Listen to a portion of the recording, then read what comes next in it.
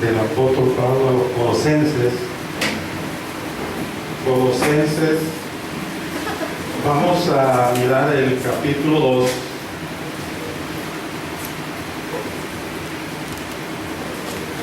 Y vamos a leer el verso 8 inicialmente, gloria a Dios. Colosenses, capítulo 2, el verso 8. Amén. Página 1480 en alguna Biblia para los hermanos que están comenzando. Y más o menos consigue la carta de los Colosenses y vamos a leer las Sagradas Escrituras en el nombre del Padre, del Hijo y del Espíritu Santo. Colosenses capítulo 2 verso 8 dice: mirad que nadie os engañe por medio de filosofías y huecas sutilezas, según la tradición de los hombres, conforme a los rudimentos del mundo y no según Cristo. Vamos a leerlo todo en voz alta, el verso 8. Mirad que nadie os engañe por medio de filosofías y huecas sutilezas, según las tradiciones de los hombres, conforme a los rudimentos del mundo y no según Cristo. Padre, te damos gracias en esta mañana por tu palabra. Te pedimos, Dios, que la bendigas. Señor, unimos nuestros oídos con la sangre de Cristo para que capacite, Señor, nuestros oídos para oír, porque en el mundo hay muchas voces, Señor, pero podemos distinguir la voz tuya cuando unimos nuestros oídos. Padre, porque la fe viene por el oír y el oír por tu palabra. Desautorizamos toda influencia contraria a la tuya y nos declaramos en victoria en el nombre de Jesús. Amén y amén. Bien, mis hermanos, pueden tomar sus asientos, gloria a Dios. Mirad que nadie os engañe. Y sabemos que un engaño es cuando uno le hacen creer una mentira como si fuera verdad, ¿no? Cuando uno cree una mentira como si fuera verdad, ese es un engaño. Hermano, Jesús nos hace alguna advertencia con relación a la iglesia de la forma como el enemigo va a tratar de impedir el avance del evangelio en el curso de la historia. Y él habló de que en la iglesia iba a haber cizaña. Pero parece que la cizaña no es tan dañina, porque en la parábola que habla de la cizaña, el hombre siembra la buena semilla y el enemigo sembró la mala hierba, sembró cizaña. Los trabajadores dijeron: vamos a arrancarla. Y dijo: no, deja que crezcan juntos. O sea, parece que Dios tolera la cizaña dentro de la iglesia como que es necesario. Entonces en la iglesia siempre va a haber cizaña. Pero hay otro enemigo común y es la mezcla. Cuando el enemigo trata de mezclar el evangelio con diferentes filosofías, y eso sí, como que Dios no lo soporta. Y siempre en la iglesia el enemigo ha hecho estos dos intentos, ¿verdad?, de desviar la verdad del evangelio metiendo cizaña y mezclando, o sea, metiendo diferentes filosofías en la iglesia. Ya en la época de los apóstoles está ese problema. En Colosa habían tres corrientes filosóficas que trataban de mezclarse con el evangelio. Y la primera, ustedes la miren en el verso 8, que es la filosofía griega. O sea, los griegos tenían su propia filosofía y muchos filósofos griegos se convirtieron en el evangelio y querían hacer una mezcla, ¿verdad? Y este intento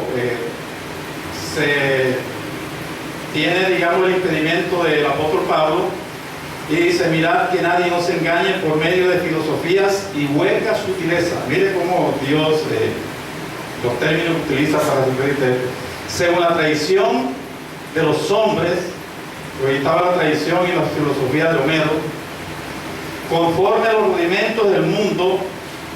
La palabra rudimento es primera enseñanza, y no según Cristo. Pero en el verso 16 está la filosofía judía. O sea, los judíos querían también mezclar el judaísmo de antaño, hablo de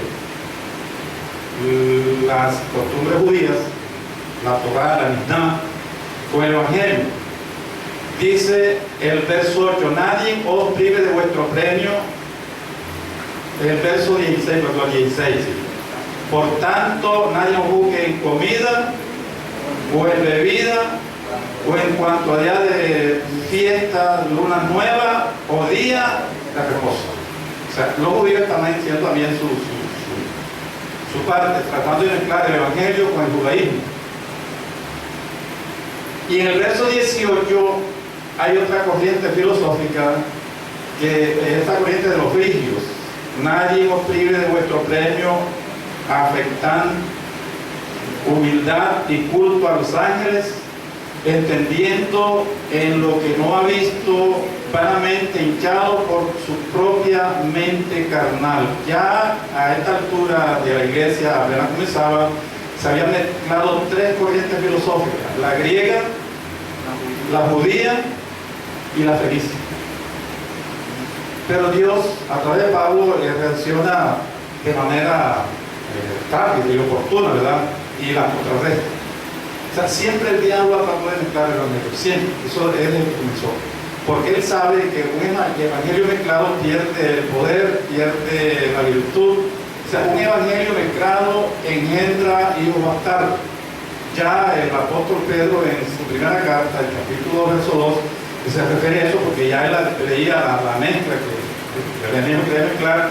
Y él dice que debemos de desear como niños recién nacidos la leche espiritual no adulterada, para que por ellas crezcáis. Ya en tiempo de Pedro, y aún Juan también, la carta tercera, habla de un Diófrenes, ¿verdad?, que también tratando de mezclar el evangelio con corrientes filosóficas del mundo. El evangelio no se puede mezclar con nada, porque el evangelio es poder de Dios para salvar a la humanidad. Nosotros una vez estuvimos aquí hablando de una promesa que en la Biblia, la primera, ¿verdad?, que es Génesis capítulo 3, verso 15. Ese versículo se conoce como el prototipo del evangelio, o como la historia escrita de antemano, y allí está el eterno conflicto entre las dos simientes. O sea, la historia escrita de antemano. Génesis 3:15, Dios dijo: y pondré enemistad entre tu simiente y la simiente de la mujer. Siempre esas dos simientes han estado enfrentadas, y siempre la simiente de la serpiente ha tratado de desvirtuar la doctrina haciéndome. Entonces, ya en el Antiguo Testamento, cuando Dios llama al pueblo de Israel, le hace una advertencia. Dios al pueblo de Israel le da 613 leyes para diferenciarlos del mundo. Hay algunas leyes que son de carácter reglamentario, otros son de carácter normativo, otros son de carácter prohibitivo. Pero cuando Dios llama a Israel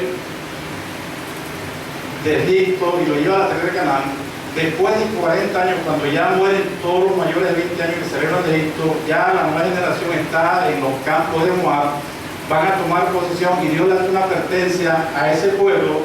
Y esa advertencia es para la iglesia, porque entiende este hermano que la historia del pueblo de Israel es la historia de la salvación.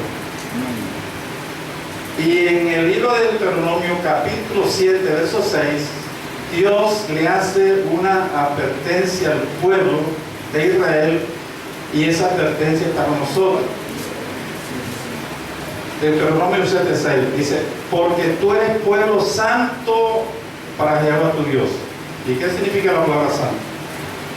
Una persona separada, ¿verdad?, que no se mezcla. Una persona separada del mundo para el servicio de Dios. Pero un pueblo santo para Jehová tu Dios.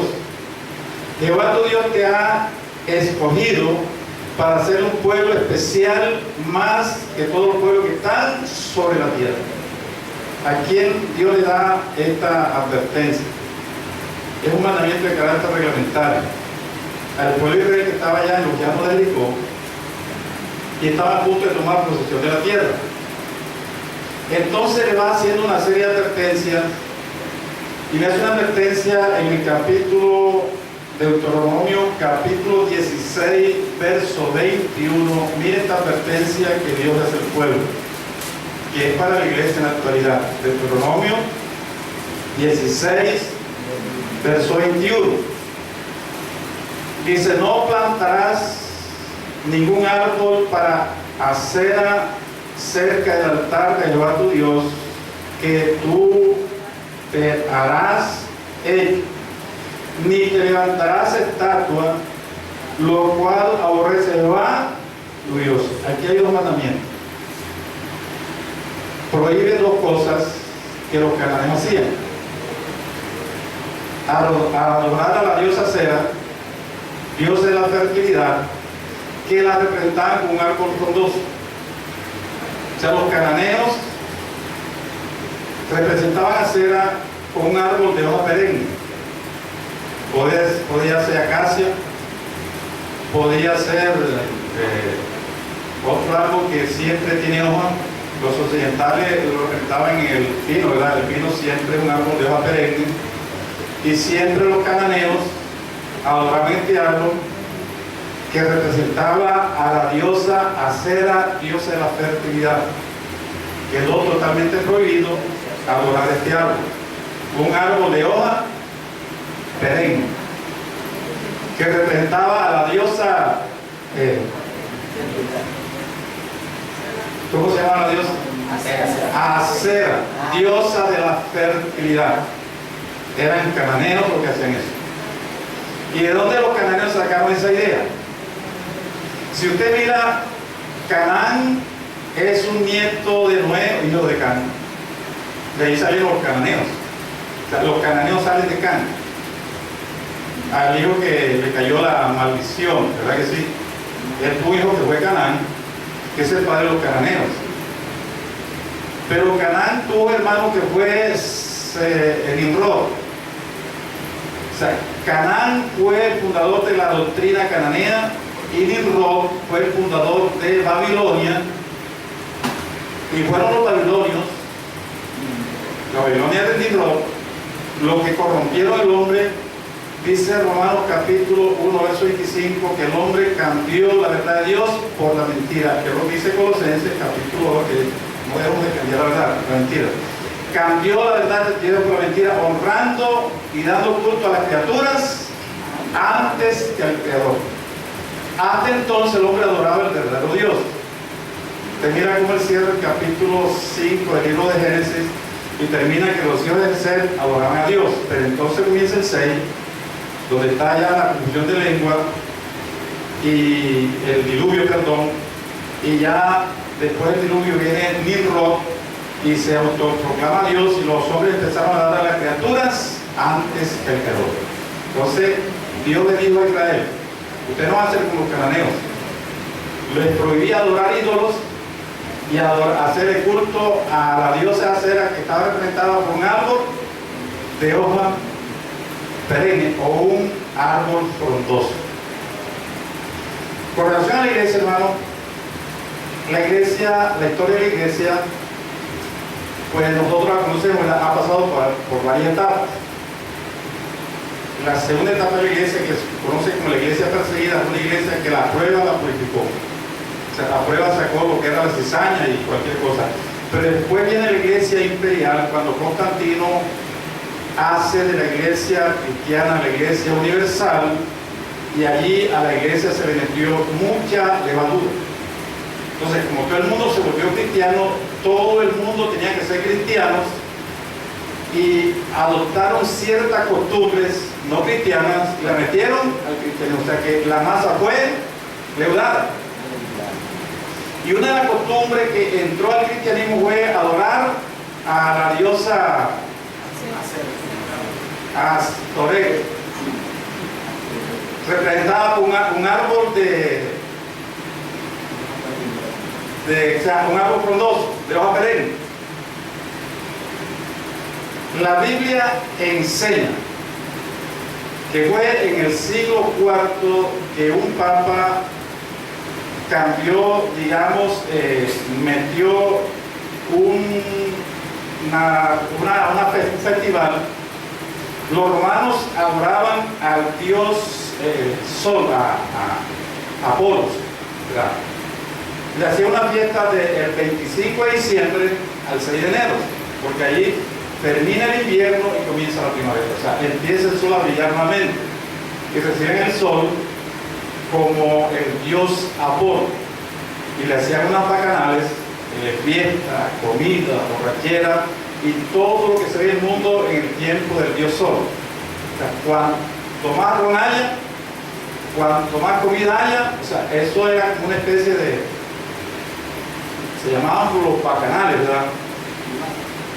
La gente comía y tenían vomitaderos, o sea, ellos se metían en el río, vomitaban y lo iban a comer. Esa era la fiesta del Dios Sol, que marcaba del 25 de diciembre al 6 de enero, la fiesta al Dios Sol, o sea, la necesidad del Dios Sol.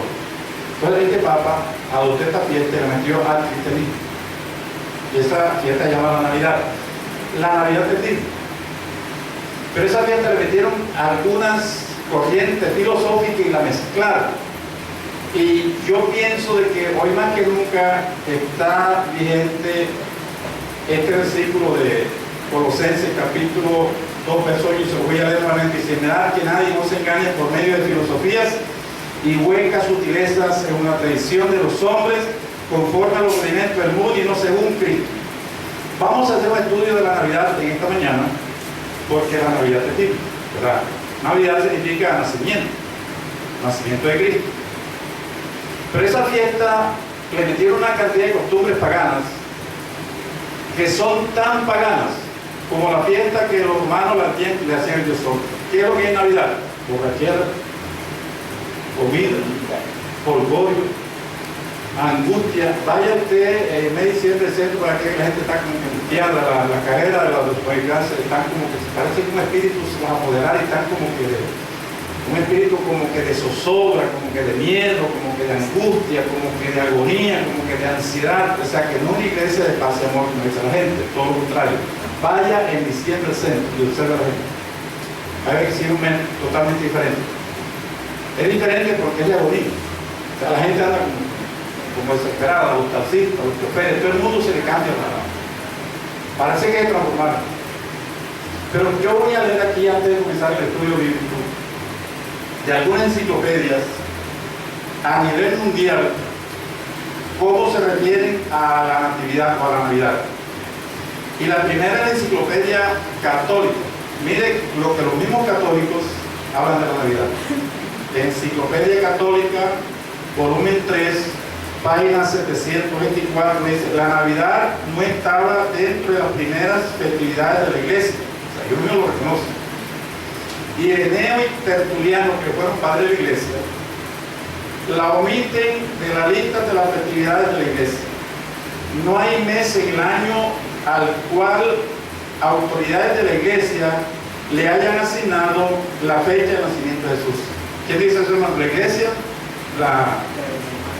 la enciclopedia católica. O sea que los primeros padres de la iglesia no le asignaron al nacimiento de Cristo ningún mes ni ninguna fecha dicho por los propios católicos. Hay otra enciclopedia que es la enciclopedia británica, que es bastante importante. Usted la puede conseguir hasta por internet. Se ubica en la página 641, verso 5. Parece que está en capítulos y versículos. Página, perdón. 141, verso 5. Dice: la Navidad no estaba dentro de la primera fiesta de la iglesia antes del siglo V. No había consenso de opinión de cuándo vendría en el calendario.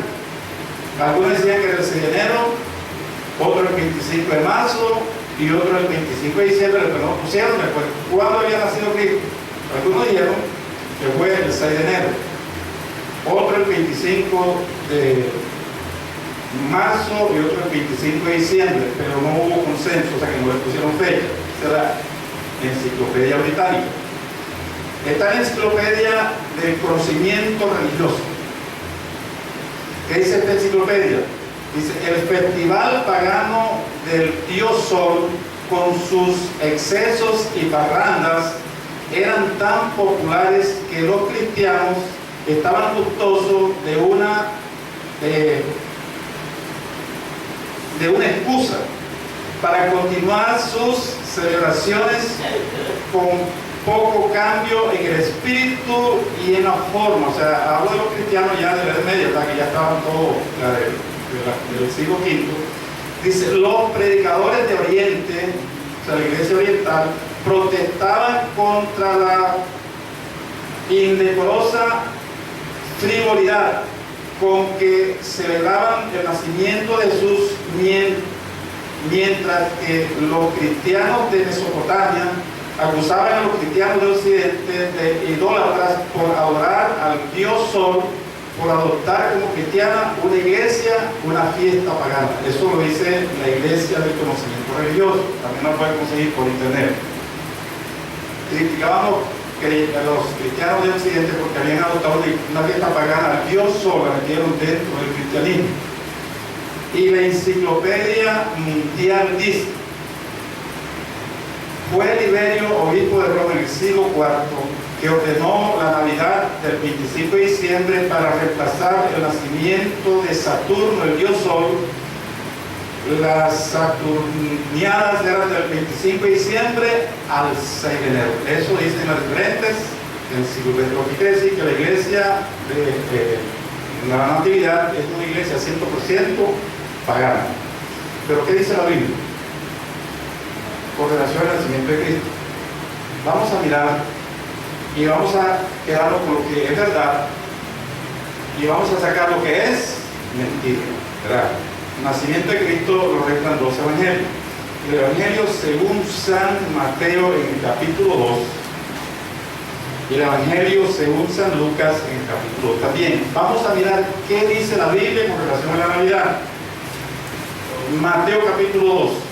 Lo que sea bíblico lo aceptamos, ¿verdad? Amén. Lo que no sea bíblico lo tenemos que aceptar.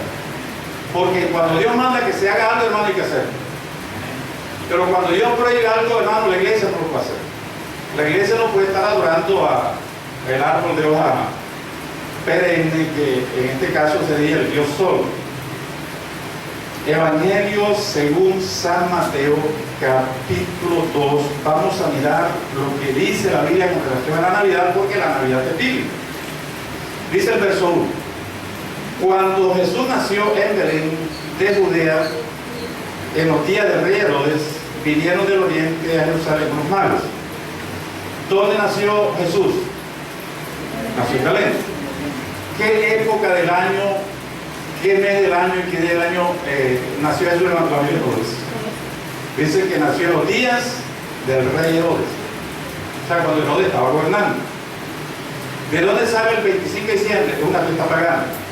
Entonces, esa idea que es el 25 la tenemos, porque si la Biblia, Dios hubiera querido, hermano, que lo hubieran festejado el nacimiento de Jesús, hubiera dado la fecha. Hay cosas que la Biblia manda y hay que hacer. Con relación a la cena, Jesús dice: hacer esto en memoria, entonces la cena hay que hacer.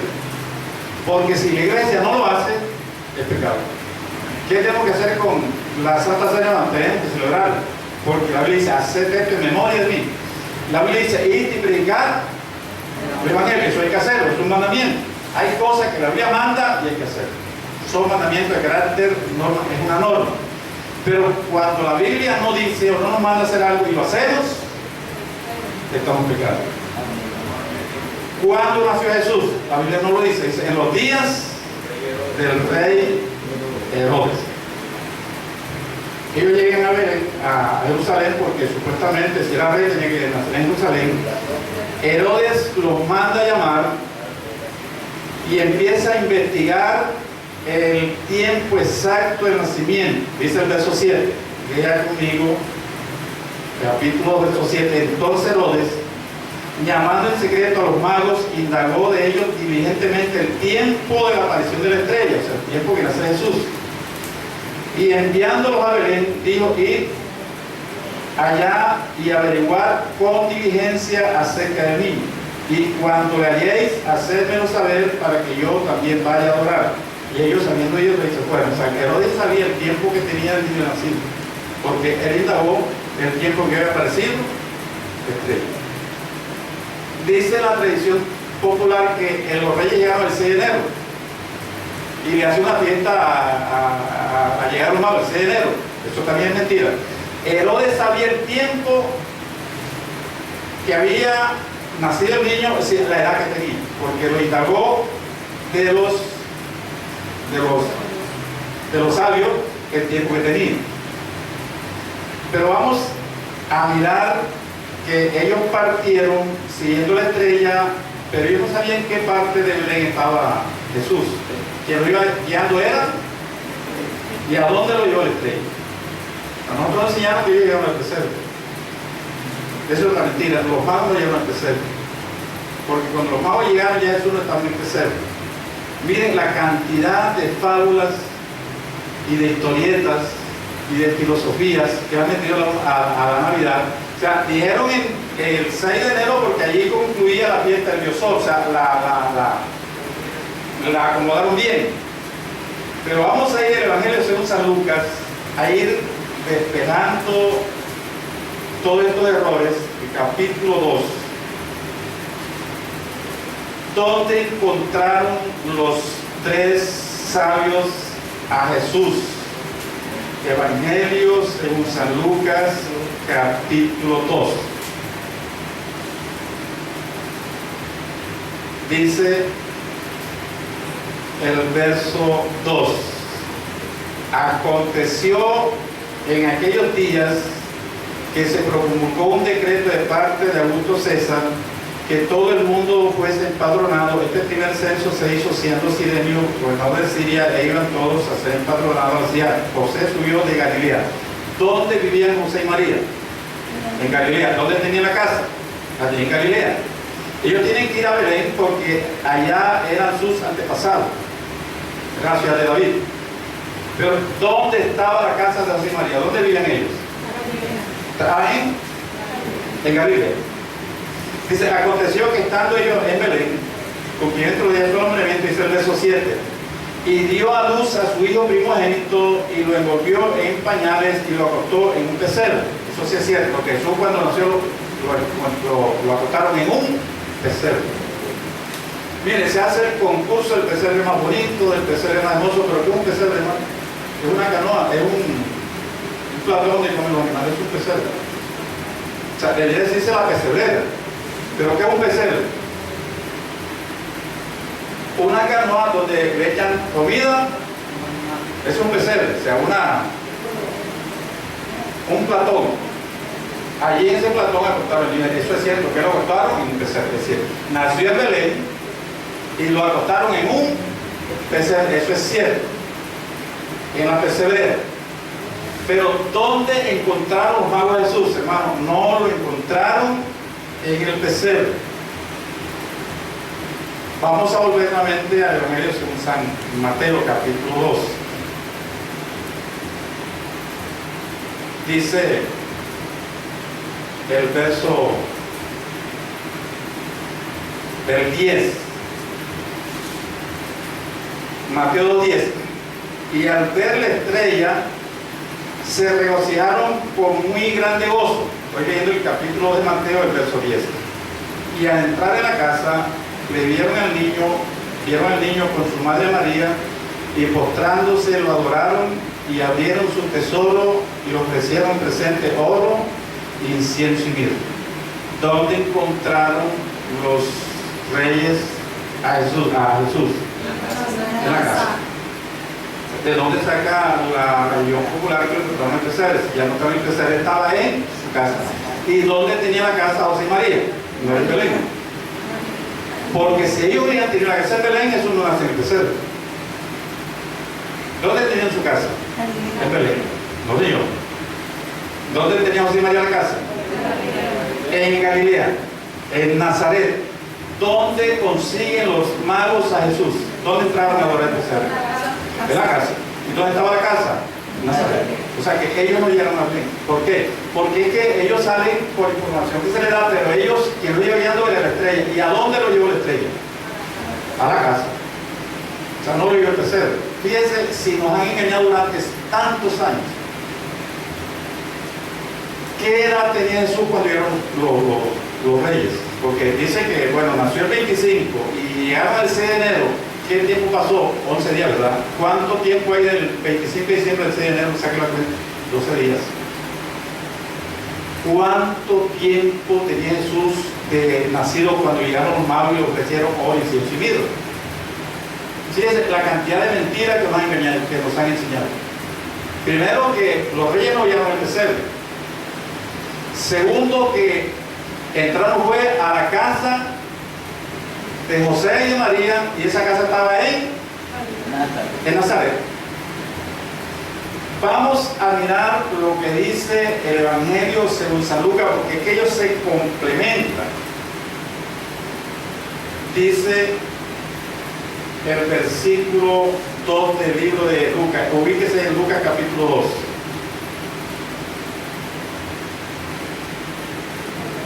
Dice el verso,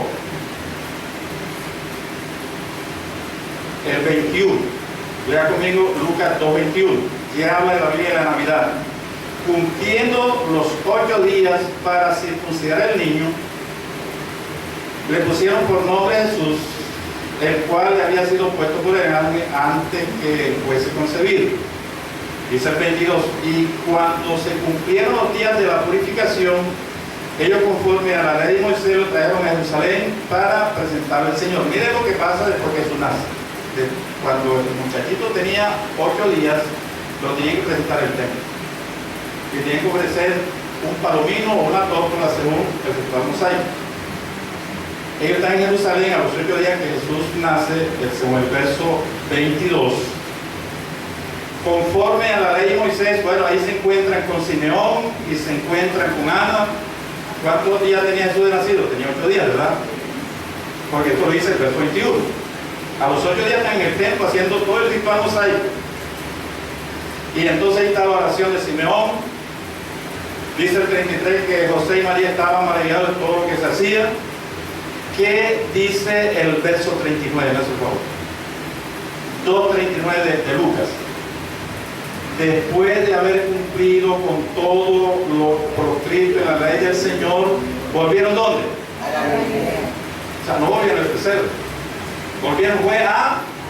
O sea que Jesús demoraba, ellos podían demorar 8 días en Belén, van a Jerusalén a hacer el ritual mosaico y de allí vuelven a Galilea.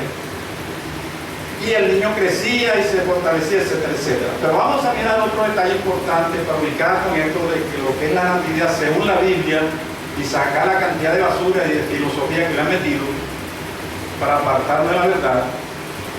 En el libro de Mateo capítulo 2, vamos a ir nuevamente allá, porque es que los dos evangelistas ellos se complementan, ¿verdad? Lo que no dice uno lo dice el otro, y lo vamos poniendo en orden. Mateo capítulo 2. Dice la Biblia en el capítulo 13, 2:13. Después que partieron ellos, los magos, Mateo 2, verso 13, he aquí un ángel del Señor apareció en sueño a José y le dijo: levántate y toma al niño y a su madre y huye a Egipto, y permanece allí hasta que yo te diga, porque acontecerá que Herodes buscará al niño para matarlo. Y él, despertando, tomó de noche al niño y su madre y se fue a Egipto, y estuvo allí hasta la muerte de Herodes, para que se cumpliera lo que dijo el profeta, ¿verdad? Dice el 16, entonces Herodes, miren lo que dice el 16, cuando se vio burlado por los magos, se enojó mucho y mandó a matar a todos los niños menores de 6 días. ¿De cuántos días? De 2 años. Herodes sabía el tiempo que tenía Jesús de nacido. Herodes sabía qué edad tenía el niño. Herodes no era tan bruto, matado niños de 2 años para abajo, sabiendo que dentro de ese círculo estaba Jesús, sino de 6 días, ¿verdad? Él hubiera dicho: maten los niños menores de 6 días, de 12 días. ¿Qué edad tenía Jesús cuando llegaron los magos a la casa? ¿No? Tenía que tener por lo menos 2 años. Porque Herodes no era tan tonto de matar a los niños de 2 años para abajo, sabiendo que Jesús tenía lo que eran 6. ¿Cuántos días hay de 25 al 6 de enero? 12 días. ¿Usted no cree que ahí hay una mentira bien grande? Pensar que los reyes llegaron el 6 de enero y adoraron a Cristo el 6 de enero. O sea, yo creo que como damos una fiesta pagana al cristianismo, pero que la Biblia la tira por el piso. O sea, es pura mentira lo que enseñan con relación a la identidad del Señor. Es cierto que Jesús nació, es cierto que nació en Belén, es cierto que lo acostaron en un pesebre, pero no es cierto que los magos llegaron al pesebre, no es cierto que eran 3, no es cierto de que cuando ellos llegan, pues, ya Jesús estaba en él, en su casa, o sea, estaban en Belén. O sea que cuando Jesús huye de Egipto, a Egipto, hermano, tenía que tener por lo menos 2 años de nacido. Entonces, mira la cantidad de filosofías y huecas sutilezas que le han metido, y mucha gente, hermano, está detrás de la Navidad y todo el simbolismo que no podemos entrar en detalle, ¿verdad? Porque hay mucho tiempo, pero esa corona que ponen en las puertas, una coronita verde, y que le ponen 5 velitas, hermano, eso tiene un trasfondo babilónico. Esa corona es una bienvenida, ellos dicen adviento al Dios Sol, y le ponen 5 velas. O sea, cortaban 5 domingos y cada domingo ponían una vela. Ese cuento de poner vela, hermano, es un cuento satánico. Usted sabe el trasfondo que hay de poner las velas. Cada domingo ponían una vela y la quinta representaba al Dios Sol. O sea, la quinta representaba al Dios Sol. Toda esa gente que está poniendo esas coronitas en la puerta de entrada le están dando la bienvenida al Dios Sol, que es una fiesta pagana, es una fiesta cananea, y eso viene allá de la antigua Babilonia. Ahora, la Biblia nos hace una advertencia, ¿verdad? Yo quiero que usted vaya conmigo al libro de Apocalipsis capítulo 18, que ahí habla de la antigua Babilonia, de la moderna Babilonia. A ver si hacemos un resumen de todo lo que hemos dicho. La Biblia prohíbe la adoración a la diosa Cera, ¿verdad? Que la representaban con un árbol de hojas perennes, un árbol frondoso que siempre tenía hojas. Los cananeos adoraban, le hacían culto a ese árbol, adoraban un árbol frondoso. Esa creencia, esa costumbre pasó al cristianismo en el año 500 después de Cristo, cuando un papa adoptó la fiesta del nacimiento del Dios Sol y la convirtió al cristianismo. O sea que toda persona que tenga en su casa el árbol le está adorando es a la diosa Acera, o que en Occidente representaba al Dios Sol o al Dios Apolo. Siempre lo representan con un árbol de hoja perenne y esa cantidad de cosas que ponen. Pero ya para esta época, en el libro Apocalipsis, en el capítulo 18, habla de la caída de Babilonia. Yo quiero hablar un poquito de esta Babilonia, que no es la Babilonia de antaño. Algunos están enseñando que a Babilonia la tienen que reconstruir, hermano. No la van a reconstruir porque la sentencia de Dios con Babilonia es que nunca más va a ser habitada. Lean el libro de Jeremías, en el libro de Isaías, en el libro de Ezequiel, hablan de Babilonia que sería destruida y nunca más sería habitada. ¿Y quién es esta Babilonia que aparece en el capítulo 18? La Biblia hay que interpretarla de 3 maneras, ¿verdad? La parte histórica, la parte profética y la parte arquetípica. La parte profética, cuando Dios dio por medio del profeta Isaías que Ciro el persa iba a destruir a Babilonia, fue una profecía porque eso se cumplió 150 años después. Dios había dicho por el profeta Isaías, capítulo 13, que Babilonia iba a ser destruido. Esa era una profecía, ¿verdad que sí? Pero ya esa profecía se cumplió. Ahora es historia. O sea, la caída de Babilonia es historia. Pero está la parte arque. La parte arque es como que un modelo. Quiere decir que se va a levantar otro movimiento al final de los tiempos que va a ser igual a la antigua Babilonia. O sea que la Babilonia que está levantando ahora es una mezcla de religión, porque hay un sincretismo. Porque ¿qué es lo que hay en el mundo fundamental? ¿Verdad? Son mezclas de religiones. Ese arbolito de Navidad representa al dios Apolo, representa al dios Falo, representa a la diosa Cera. Es una mezcla que tiene el mundo. O sea, el mundo no sabe lo que adora, pero es una mezcla. ¿Qué representa el arbolito de Navidad? Representa al dios Falo, símbolo de fertilidad, que es del órgano masculino. Representa al dios Apolo, según los romanos, y representa a la diosa Cera, según los fenicios y los cananeos. O sea, es una mezcla de religión. Eso es lo que hace Roma. O sea, Babilonia lo que hace es mezclar. Una mezcla de cultura, eso se llama sincretismo, ¿verdad? sincretismo religioso. ¿Qué nos dice el Señor en su palabra en relación a esta Babilonia que tenemos ahora? Lea conmigo Apocalipsis capítulo 18, el verso 5. Porque sus pecados han llegado hasta el cielo, y Dios se ha acordado de sus maldades, dice el verso 7. Cuanto ella se ha glorificado y ha vivido en deleites, por tanto dale el tormento y llanto. O sea, su vida es deleitosa. Mire lo que dice el verso 9. Y los reyes de la tierra que han fornicado con ella y con ella han vivido en deleite. O sea, ahora se habla de puro deleite, puro deleite. Mire lo que dice el verso 12. Mercadería de oro, de plata, o sea, se hizo mercenaria. Dice el verso 23. Luz de lámpara no alumbrará más en ti, ni voz de esposo, ni de esposa, ni oirá más en ti, porque tus mercaderes eran los grandes de la tierra. Eso no le molesta, hermano, a esos mercaderes que hay ahora que andan en aviones particulares y ya que por sus hechicerías fueron engañadas todas las naciones. Usted va a leer en su casa. Y aquí en el capítulo 18, del libro porque dice, hay 10 motivos por el cual Dios va a destruir a la Babilonia actual.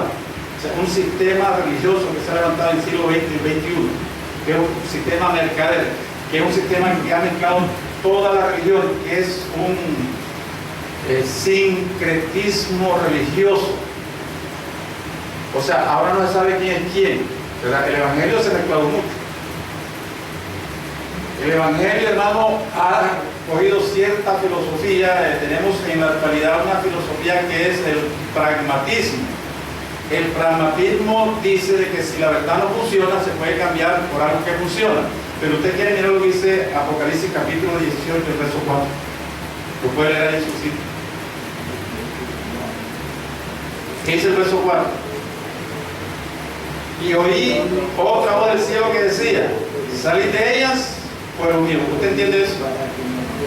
Para que no seáis partícipe de sus pecados, ni recibir parte de su plaga.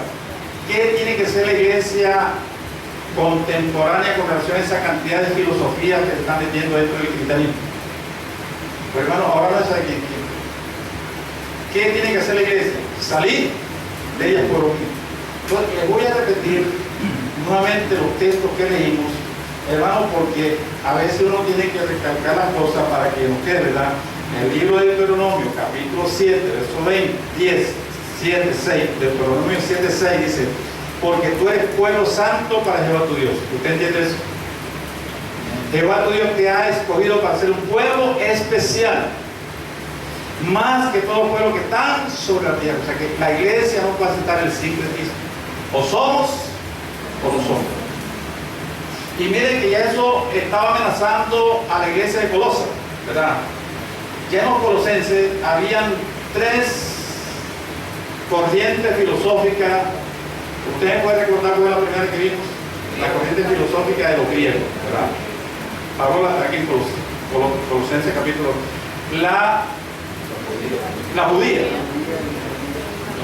y la otra es la fenicia. O sea, ya había una mezcla de cultura dentro de la iglesia.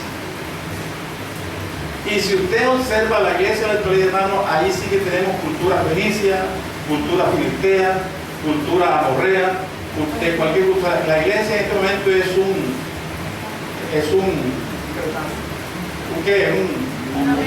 una mezcla de cultura. Una mezcla de cultura. Festejamos el día del Dios Cupido, ¿verdad que sí? El día de la Memoria de Dios Cupido. Ese era un dios romano. Hacemos la fiesta del día de la madre que se vino volando de Portugal a Colombia. Usted ha oído ese cuento, se vino volando la Fátima. Y llegó a Colombia en el mes de mayo. Y entonces le hacen la fiesta a la reina del cielo.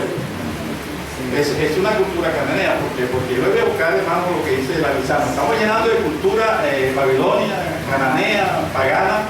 En el primer libro de Reyes, en el libro de Jeremías también, la Biblia habla que los judíos le hacían la fiesta a la reina del cielo. Jeremías, y nosotros también hacemos la fiesta en el cielo, porque ese cuento que nos trajeron de que la reina se vino volando desde Portugal hasta Colombia el mes de enero fue el de mayo, el 5 de mayo. El 13 de mayo, la Virgen María se vino volando. Doña sí sabe, oye, la hermana Nacha, Toña cantaba eso, ya fue por aquí. La Fátima. Se vino de Colombia a Portugal y empezaron a hacer la fiesta el 13 de mayo, pero se la trae a la reina del cielo. Y nosotros estaremos a la parte de esa reina del cielo también. O sea, yo les voy a buscar la cita en el libro de Jeremías, capítulo, creo que, bueno, yo la otra Biblia la tengo marcada, ¿verdad? Pero en el 44, los judíos empezaron a hacerle la fiesta a la reina de los cielos. Y habla del juicio de contra Babilonia. Bueno, le voy a quedar la cita, pero sí está en el libro de Jeremías cuando Dios le habla a los judíos que se fueron para Egipto, de que ellos empezaron a adorar a la reina del cielo, al Dios Cupido, al Dios del amor y la amistad. ¿Cuántos cristianos tienen el Dios Falo en su casa? O sea, el agua perenne. ¿Cuántos cristianos no ponen? Hay una soga que pone alrededor de la puerta de la casa, que ese ahora es un árbol que también lo tenían como Dios. Digamos, los regalos, las bolitas que ponen todo eso tiene un trasfondo babilónico. La que la iglesia sí está bien enredada ese cuento de las culturas paganas, ¿no? Y pero él dice, salir de ellas, pues para que no sean partícipes de Jesús, abominaciones. O sea que ese cuento de la vela, la media, la bota, el bastón, todo eso viene de allá de la antigua Babilonia, y la iglesia está viviendo el vino del furor de la gran ramera, porque, hermanos, sí que nos han embriagado y estamos en terreno del rato. No será por eso que la iglesia ha perdido tanto auge, tanto poder y tanta unción, porque a veces estamos buscando unción, pero tenemos que salirnos de todas esas cosas. ¿Para qué? Somos un pueblo escogido para llevar a tu Dios. Jehová te ha pedido para ser un pueblo especial, más que todos los pueblos que están sobre la tierra. O sea que, hermano, viene diciembre y ojalá nos empecemos a despojar de todas estas costumbres, porque eso viene siendo un sincretismo religioso, una mezcla de religión y la Biblia. Lean todo el capítulo 2 de los Evangelios de la carta de los Colosenses, y a propósito, ahora el martes comenzamos a estudiar aquí la carta de los Efesios, ¿verdad? En la carta de los Efesios muestra a Jesucristo como la cabeza de la iglesia, y Colosenses lo muestra como la cabeza del universo. Colosenses, porque en Colosa ya había mucha mezcla. Colosa presenta a Jesús como la cabeza del universo, pero Efesios lo presenta como la cabeza de la iglesia. O sea que el próximo martes, aquí vamos a comenzar un estudio de la carta de los Efesios, y vamos a hacer una especie de mesa redonda donde todo el mundo va a opinar, todo el mundo va a hacer como una especie de un consenso, ¿verdad?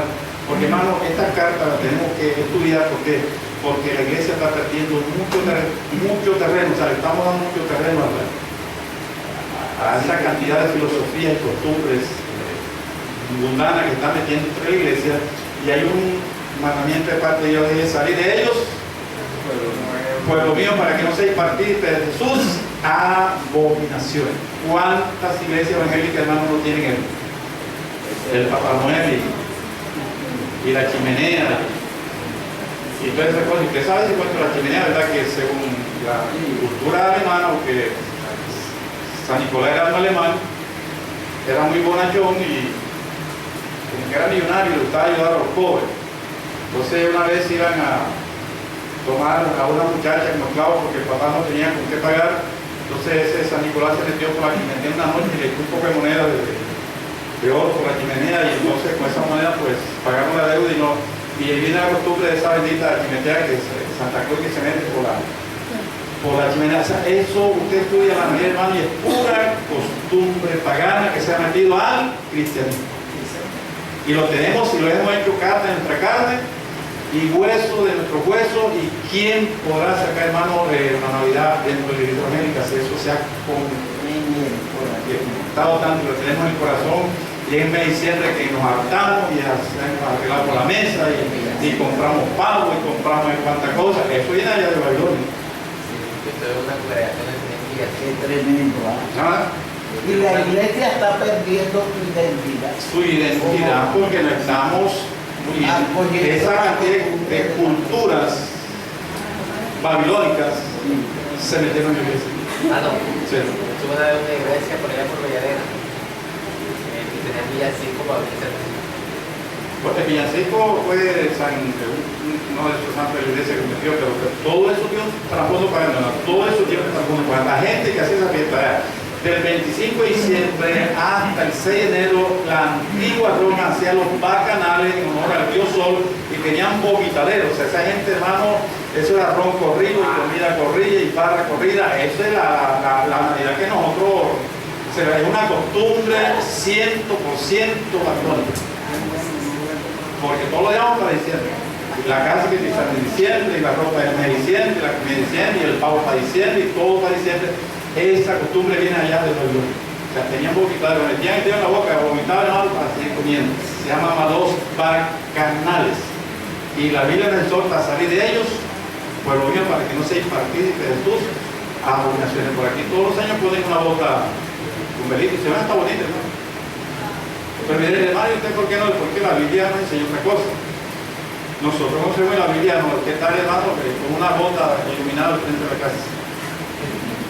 Eso sería ya como que diga, porque la Biblia dice que el que se hace lo bueno y no hace lo pecado. La Biblia hay cosas que manda que tenemos que hacer y las tenemos que hacer. Y hay cosas que no nos las manda a hacer y no las podemos hacer. Cuando Dios te manda a hacer una cosa y tú no la haces, es pecado. Y cuando Dios no te manda a hacer algo y tú lo haces, también es pecado. ¿Será pecado no celebrar la Santa Cena? Sí, porque la Biblia manda y dice, hacete con él. Pero ¿será pecado celebrar el nacimiento del niño de Dios? Si es pecado, ¿por qué? Porque la Biblia no nos manda a hacer eso en ninguna parte. Por eso no dijo fecha, sino que dice en los días del rey Herodes. O sea, de que el pueblo peca porque le falta conocimiento. Si usted en su casa tiene el arbolito y va a armar, hermano, piénselo dos veces. Porque si Jesús viene y te encuentra con ese símbolo que te iba a hacer ahí, hermano, no entra. Porque te estás mezclando a una costumbre que es cananea. O la Biblia lo podemos ver. Bien, ¿hay alguna pregunta en esta mañana? No hay pregunta. Vamos a hacer un cierre. Entonces, pero sí podemos compartir con lo que es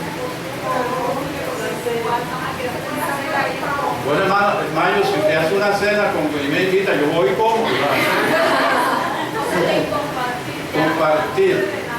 Sí, pero ¿por qué no compartimos en mes de abril o en mes de marzo? O sea, yo diría de que de pronto, de una manera sana, y sabiendo esto que no es en honor al dios Apolo, o al dios Sol, o a la diosa, porque eso es lo que representa el árbol.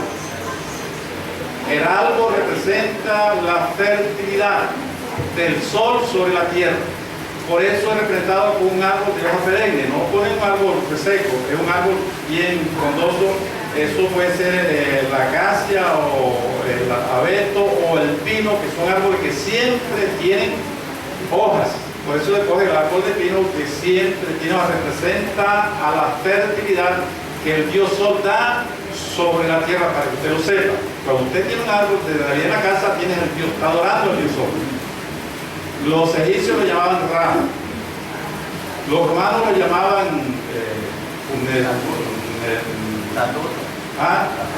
Saturno. Otros lo llamaban Apolo. Los griegos lo llamaban Apolo. Allá en el oriente lo llamaban Acera. O sea, cada cultura tenía su propio nombre, no era el mismo. El dios Sol, adorando al dios Sol. Y mire, cuando Dios estableció el tabernáculo, le dijo a Moisés que pusiera la puerta del tabernáculo hacia el oriente. Porque siempre que los sacerdotes se paraban a ministrar en el altar, le tenían que dar la espalda al sol. Miren por qué Dios manda a que los sacerdotes le den la espalda al sol cuando están ministrando. Vea la Biblia en Lorenzo, del 25 al 40, está el tabernáculo, dice Moisés, vas a poner la puerta hacia el oriente. ¿Y eso para qué? Para que los sacerdotes ministraran en el lugar santo, o el lugar santísimo, o en el atrio, le daban la espalda al sol, porque esa cultura siempre adora el sol. Y la iglesia sigue adorando el sol cuando tiene el árbol de Navidad en su casa. Le estamos haciendo el culto al Dios Sol. Por eso les recuerdo y les repito, la Biblia dice, salid de ellos, pueblo mío. ¿Hay otra pregunta?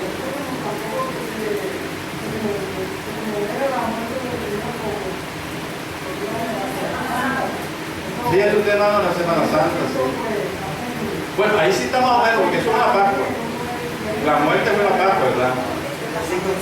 Sí, la muerte fue la Pascua. Ayer asistimos a un funeral del sobrino y el hermano Rafa Roses dio una enseñanza hasta buena, ¿verdad? Que dice que allí en la cruz habían dos malhechores. O sea, en ese momento que estaba muriendo, el pueblo estaba celebrando la Pascua. O sea, en Jerusalén todo el mundo estaba en la casa comiendo el cordero pascual. En la hora nona, las 3 de la tarde, que era cuando yo comía el becerro, Jesús se estaba bautizando. En la misma hora que estaban celebrando la bautizando. Y había 2 casas en Jerusalén que las 2 sillas estaban vacías, de 2 malhechores que estaban allá. Dice que la Pascua, mientras que para uno era gozo y felicidad, en otra casa había la tristeza porque habían 2 miembros de 2 familias que estaban allá en una cruz colgados como malhechor. Pero uno de los 2 alcanzó la salvación. O sea, el hombre dio una enseñanza hasta ahorita ayer en el funeral de un sobrino del hermano José, ¿verdad? Y es cierto, hermano, en Semana Santa, la Pascua judía es más o menos que esa época, pero ese asunto de que las 7 palabras y las 12 palabras, el asunto de ritual y poner la cruz con flores, esa cosa hay que ponerlo al lado de una, porque eso puede venir, tener un trastorno babilónico. Así que ese cuento de poner las bolitas y poner la cantidad de hojas en la casa, eso dándole el adviento al Dios Sol. Usted le está dando bienvenida al Dios Sol, hermano, y donde hay idolatría, le vamos a encontrar eso.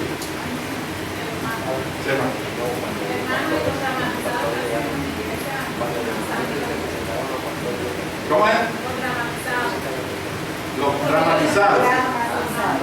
La Biblia dice en el libro de Hebreos capítulo 1 que Dios, habiendo hablado en otros tiempos de muchas formas.